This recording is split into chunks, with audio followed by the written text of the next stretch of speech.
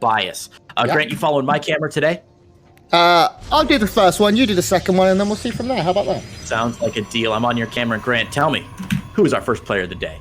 Our third player of the day, Creighton Olsen, GSL Ball Guy, is the Red Protoss player representing Cascade Gaming. He is the German. It's GunGFuBanDa.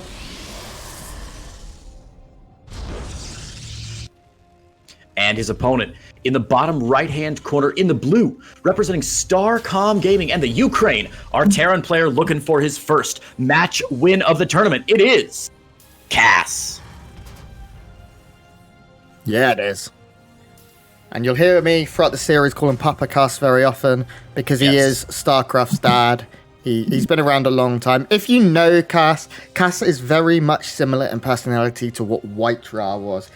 Super friendly, wants to look after everyone. Like all the young players will talk to him. He's just a lovely guy. I've only got good things to say about Cass. GunGfu, I've never met in person, so I really don't know. I always had a bit of an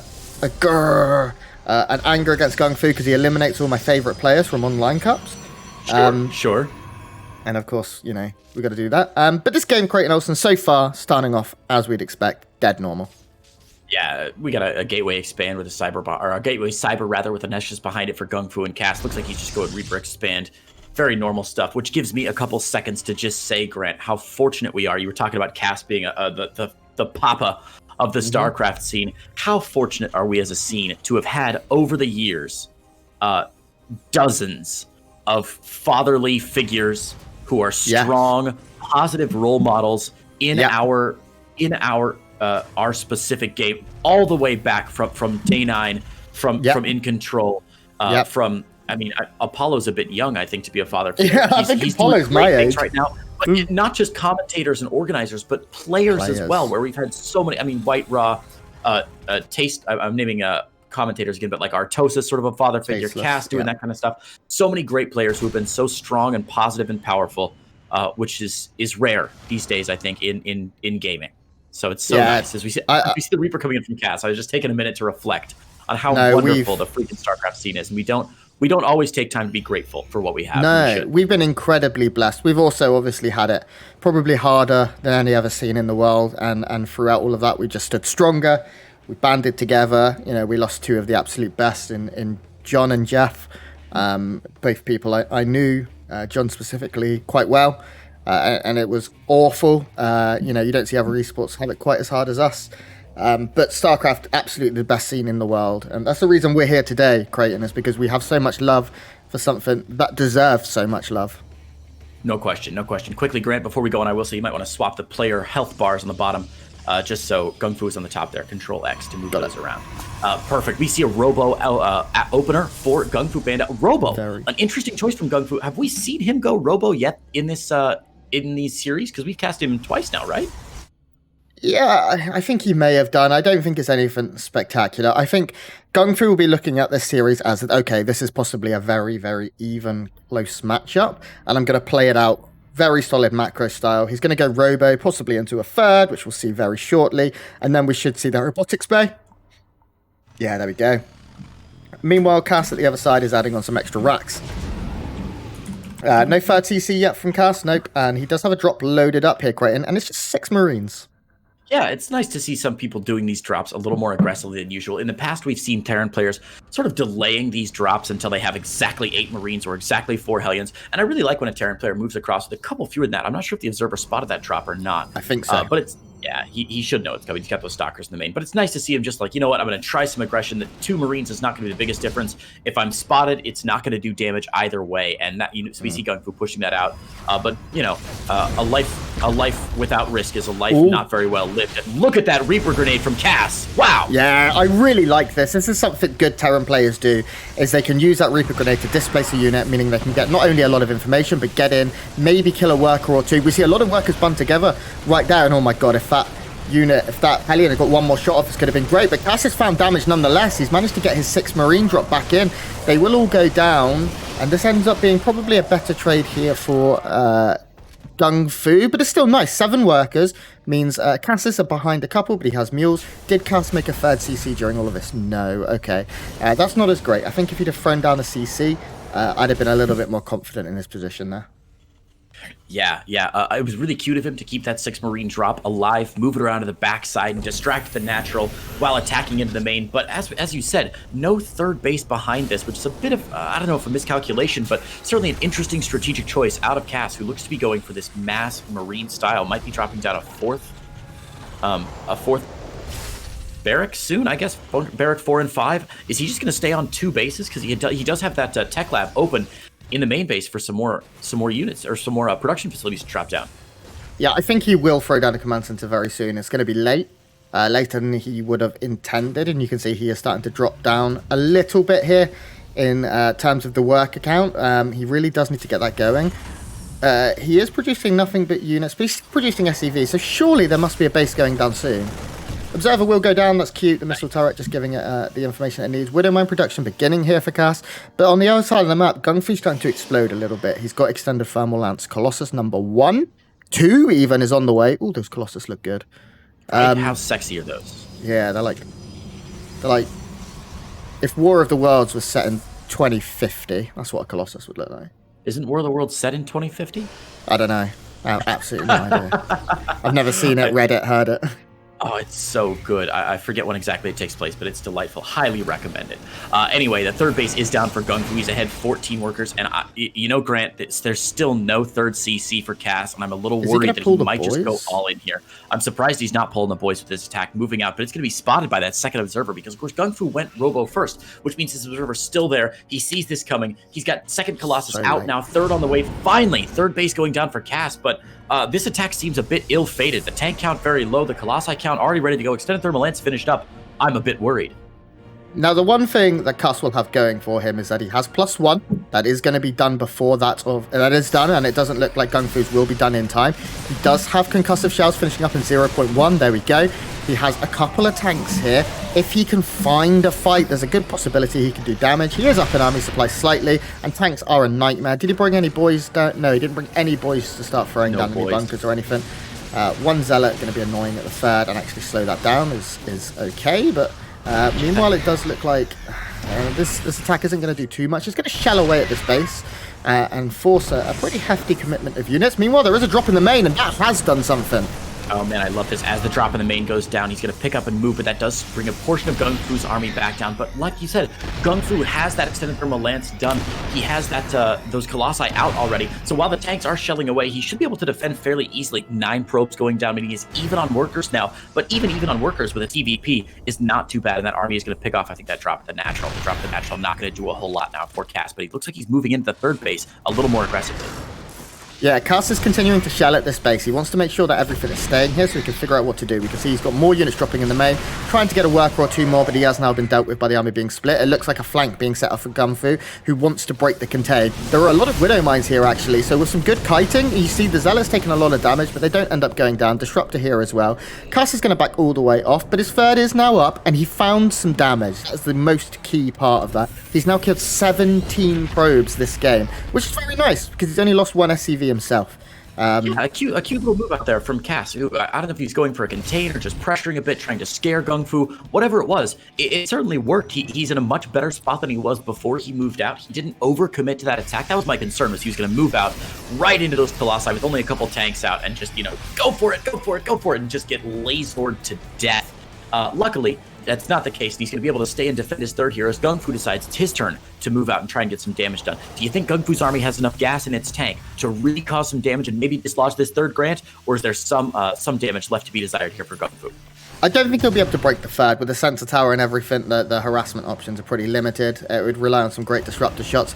Cass is now going to start loading up and looking for damage, but GunGFu's got pretty good map vision here. He's got pylons and probes pretty much everywhere. My main concern right now for Cass is his armory was very, very late. He hasn't started 2-2 yet, and we can see +2 weapons is already on the way here for GunGFu. Cass has finally started that off, but look, this is going to be soon. Yeah, definitely.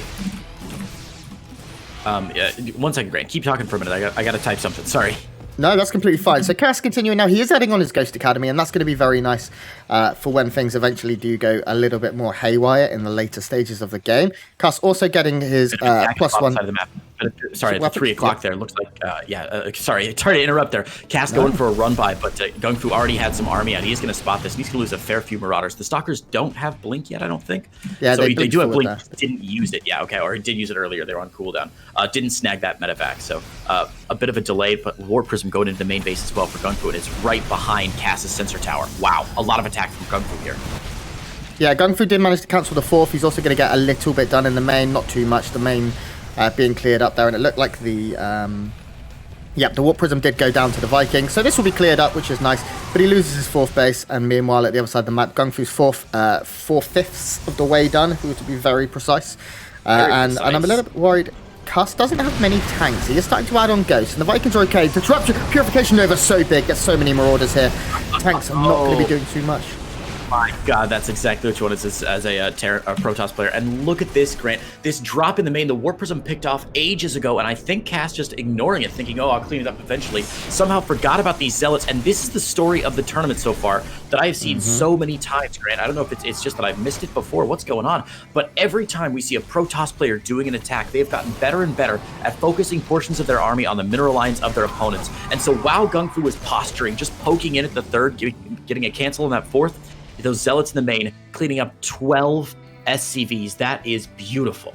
Yeah, and now the work account's starting to get ahead. The upgrade's starting to pull ahead here for GunGFu. Storm on the way. He's getting +3, as we said. He's getting another Robo, which is, when you're on 4 bases, that's really what you want to do as a Protoss, to really explode and be able to produce mass high-tech units with that the money, especially that gas income you're going to be getting. So GunGFu's in a great position. Now, it is still difficult to break a very defensive Terran player. Cass already has 9 Ghosts. He's not adding on any more Ghost Academies, though. I don't think we'll be seeing nukes this game. I think it's going to be big EMPs, big snipes. Well, you say big EMPs. It'll be small EMPs because he's forgotten to research that advanced shockwaves. Now, GunGFu's setting up for another dual-pronged Durasus. Cass moves in the middle of the map. Look at this. GunGFu pushing into the 4th, and also a Zealot run by into the 3rd. He's putting a lot of pressure on both sides of the map right now, and this is really nice. These Zealots might not get a lot done, but they will pick off a few tanks and draw some of the army back as GunGFu pushes back that 4th base and really contains Cass here. GunGFu grabbing a 5th behind this. He has done such a good job, even adding on a Stargate, +3 and +2. And wow, I mean, GunGFu just seems unassailable right now. What on earth could he possibly lose to? This flank possibly, as we do see a couple of EMPs come down now. One Colossus goes down, the 2nd standing, the 2nd does go down. Disruptive continuing to fire off shots, but the army supply is just dropped. Cass really doesn't have that much left. He's trying to fight with everything he has. He'll have to land the Vikings, and we'll see that. Vikings take out a lot of DPS, and alongside those Marauders with concussive shells will be able to push this back, but Cass lost 32 workers all down here to just a few DTs, it seems. Cass is now down less than 100 supply, GunGFu at 141, and it is all pretty much workers. +3 as well, done for the Protoss player. You can see +2 ground armor fishing up. Those Zealots are going to be almost unbeatable, and they look good too. They do look so handsome, don't they, with their big bulbous shoulders? Look like World of Warcraft characters in Burning Crusade with hilariously giant shoulders. Yeah, I was going to say Cass winning the battle but losing the war there, but I don't even know if he won the battle. Maybe drew even in the battle. Templar Storm's weakening those units so badly, and this is looking so good for GunGFu. Engagements going his way, army supply going his way, economy certainly going his way, and I wouldn't be surprised if we saw Cass tap out as soon as this small fighting force is dealt with. Storm going to push him back, and the planetary shelling away, but this looks really rough. And that was the best fight Cass could have asked for. He actually managed to catch 3 disruptors. Yeah, managed to catch a couple disruptors there. Picked off some of the high-value units. You're absolutely correct. As your mic shorts out because you're leaving the game. I got to pick up for you when I hear you cut out.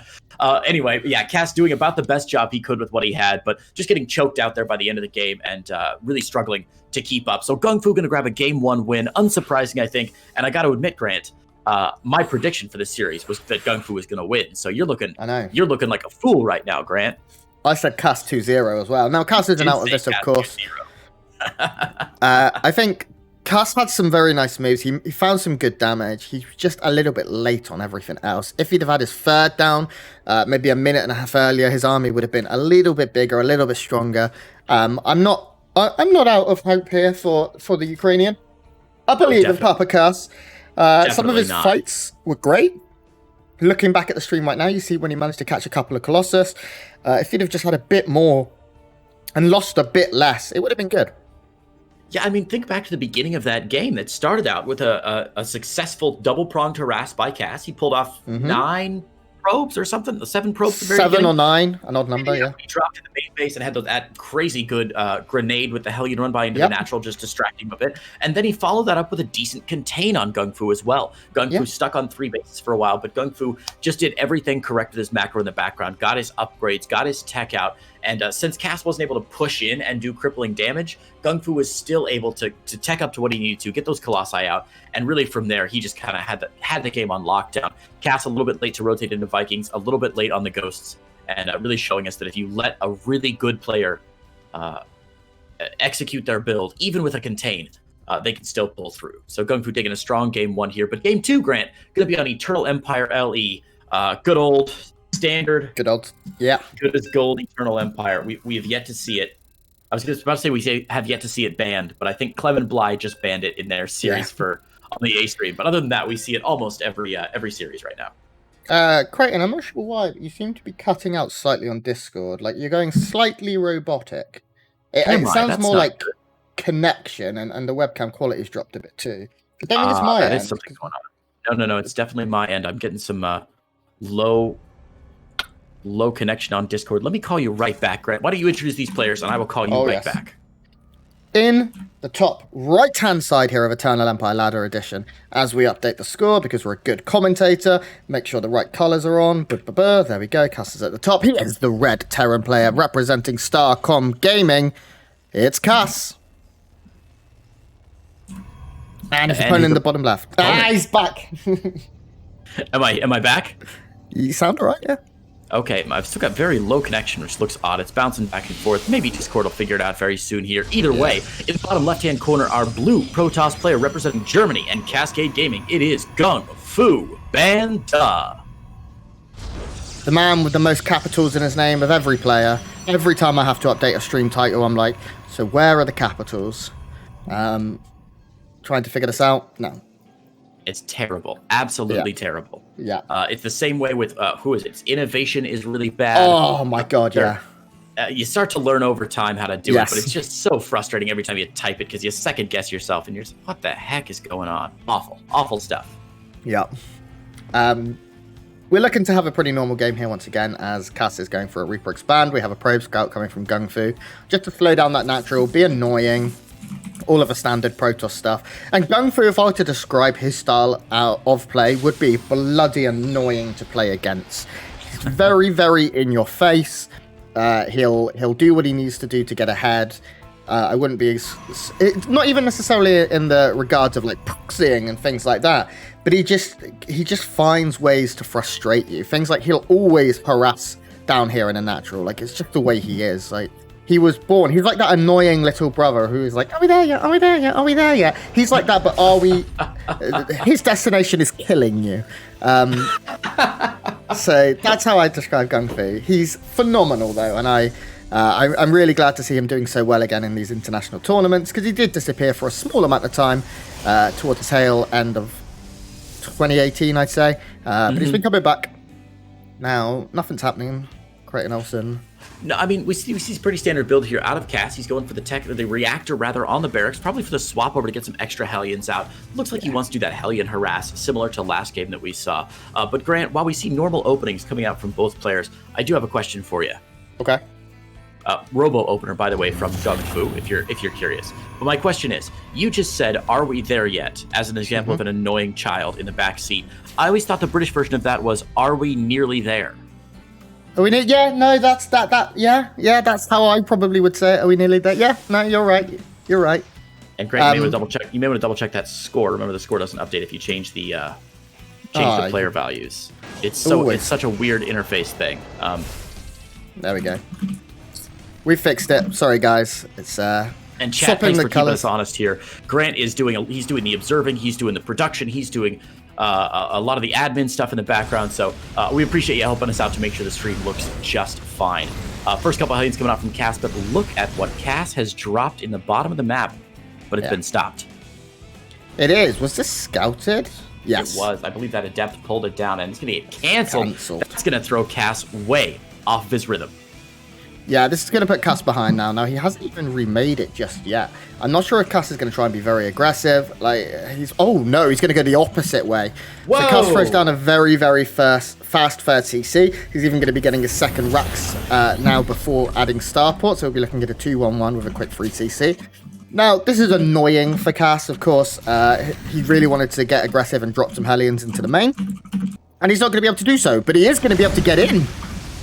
Ooh, again, man, second game in a row that he gets in here. This is beautiful. This is so really big. Some damage done this time. The Warp Prism early for GunGFuBanDa, not helping him to save, only helping him to save 8 probes. But hokey smokes, there are still 3 Hellions alive as they go up into the main, Grant. Yeah, and there was just no wall. Absolutely none. I think GunGfu felt like, oh, well, there's not going to be any aggression because I defended this proxy. And he didn't leave anything in his wall. It was wide open. And Cass just strolled on by through the alleyway and started up a barbecue in his natural. 12 workers go down. And now Cass's very slight inconvenience in the start has been corrected. He has to deal with this counter pressure. But he does already have a tank. You can see he's getting a couple of bunkers too, just to be really safe here. In terms of upgrades, there are none for our Protoss. So it is just a straight up army of what you see here, a few Stalkers and an Adept or 2. And I don't think Cass needs to worry, really. No, I don't think so. He's going to be just fine. There's a couple of Stalkers coming across now from GunGfu, but he's got the tank up, he's got the bunker up. Even with the Warp Prism into the main, he shouldn't get a whole lot done here. Maybe draw some friendly fire out of the tank if he's best. But no, a couple big shots going to go, and that's going to drive those Stalkers out there and try and get some shots. But 2 SCVs is not nearly the same as the 300,000 probes that have already gone down this game, and a cheeky Marine seeing that third base from GunGfu. So both players with really good scouting information so far. Hey! Literally 1 health.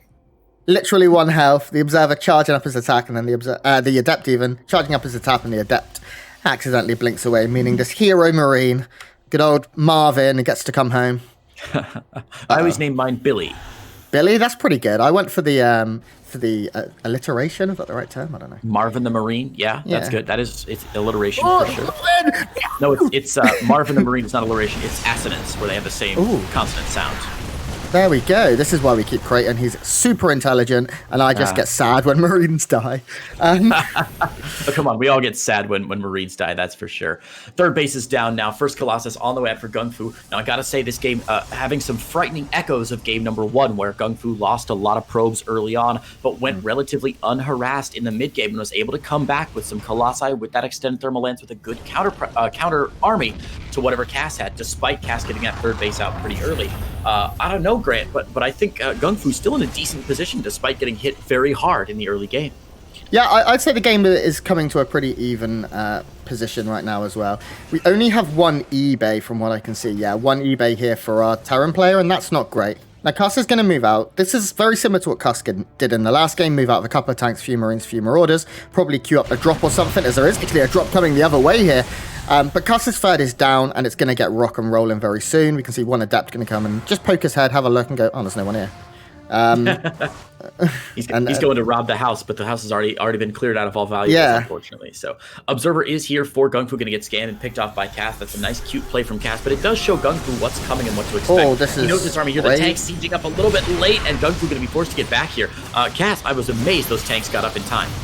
Yeah, I mean, with 1 Colossus already in position and a whole bunch of Stalkers, I'm surprised GunGfu tried to micro backwards and stutter step there. He probably could have just kept his units firing on all cylinders, and he would have got a little bit more damage. There are no medevacs here to heal, as the first couple of medevacs only now have hit the field. You can see coming across the map so late after that cancelled starport. But Cass's economy is starting to get pretty decent. He's now got 3 CCs. He's got mules. What are you doing, mate? I'm not sure. It's a 1 brave Adept who's been given orders, and he follows them unflinchingly. Jack Nicholson would be so proud of him when he's given an order. He does it.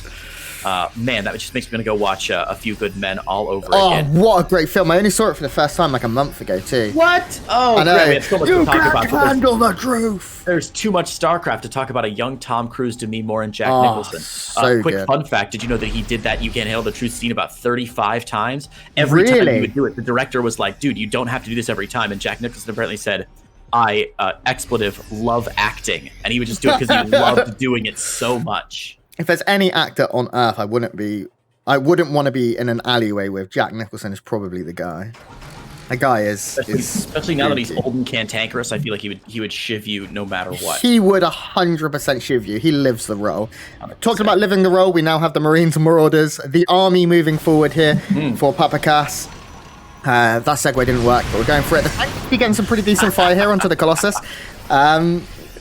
We do have a couple of Zealots being morphed in on the top side here to try and counterattack towards this third, but I'm sure Cass's reinforcements, actually for now he's parade pushing. I'd like to see him maybe change that, start moving some of these reinforcements more centrally here, unless he really wants to go for a kill, but that's so difficult against a Disruptor and free Colossus. You can't push up this position, like, no matter what. Maybe once the Liberator comes, it's... but even still... Blink isn't finished yet, which is the only Achilles heel right now of GunGFuBanDa's build. Even taking down these rocks to make sure he's got a little more space, but look at this first Disruptor shot out. Gonna get a couple shots off there. Even with that Liberator on the high ground, it's not gonna be enough for GunGFu to really sustain his position. And look at this, as we said, flashes of game number 1, yet again. These little Zealot run-bys doing so much damage in the background, and it's not gonna be sustainable for Cass to stay on 54 workers, while GunGFu is at 70, even if he's on the same number of bases. Yeah. Cass is now getting to the position where he has to do damage, and he knows it. He's going to lift up a couple of tanks into these... Oh, my gosh.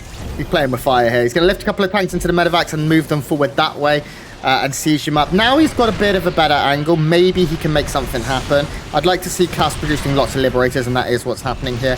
He's getting Ghosts, he's getting Libs. He's going towards a very late-game army. If he could catch these 2 Colossi on the south side, that would be huge. Doesn't look like... Oh, he is going to go for it. A couple of Zealots do charge forward, but actually... okay, the 360 here from GunGFu is unbelievable. All of the tanks having to split their fire, not being able to target down one thing. Army supplies right now still favoring Cass. No, I think drops down rapidly after a Disruptor here, and now there's just nothing left. Cass is going to evacuate, but his medevacs will be taken down. One of them's full. It gets away. Oh. Barely saving himself there. That was beautiful. I don't know if you noticed, those Zealots were actually going for a run-by into the natural, and then when GunGFu saw he was being engaged, he was able to bring him back in and go for the surround on the tanks. What's beautiful about those surrounds on the tanks is not only does it do damage on the front and back sides, but it also splits up the DPS of the tanks. Yes. Tanks are the most powerful when there are 4 of them, focus firing on one area and getting that splash damage massively over, hopefully 3 Colossus, right? So you take out 1 Colossus in one shot and get the other ones down very close with the same shot. But when the tanks are trying to fire on Zealots behind them and firing on themselves and just creating confusion, it compounds the amount of damage that your opponent is not doing. It really divides it. Divides the DPS by a lot, which was a really nice play from GunGFu, and now he's setting up for a bit of aggression on his own. I don't think he can push into this really with the Liberators out and the only Colossi here. Blink is finished up, but it's going to be a tough push for GunGFu. I think he just needs to get up to 3-3, sit back, max out, and then go.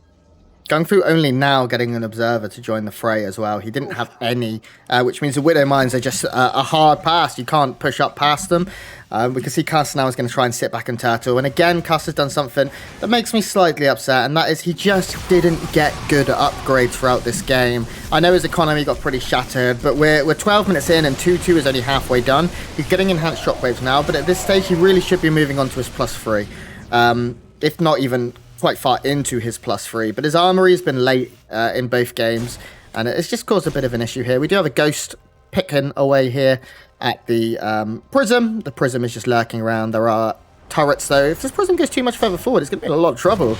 Ooh, it is going to get going down. But the good news for GunGFu is he's got a second Prism with his main army there, so he is in no real danger here. I'm always worried with when players only have that one Warp Prism, but luckily for GunGFu, he is keeping his eye on that army and preparing for the worst. So he will lose the Prism in the main, but he's still good. Look at this Dark Shrine going back down home, Stargate going down back home as well. GunGFu, I love this, digging in his heels for the long game, right? He's saying, okay, if this game goes to 20 minutes, if it goes to 35 minutes, I'm going to have the infrastructure to support it, but also I'm going to make sure that I'm keeping the pressure on my opponent and expanding behind it. GunGFu just doing everything right yet again. He's on 5 bases, keeping his pressure on, posturing in, poking and prodding a bit, but Cass really pinned and failing, I think, to be as risky and as bold as he needs to be to take an advantage in this game.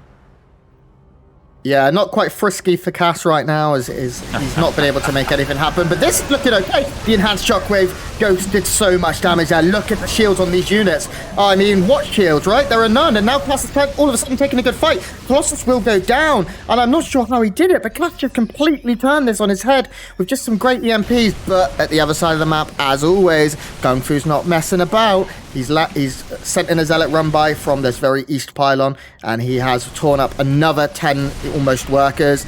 He's got a DT here too. More and more workers will go down. We also have the push now coming in at the third, Grayton. There's so much happening here. 16 SCVs going back down, and this is what we have said time and time again on the stream, Grant.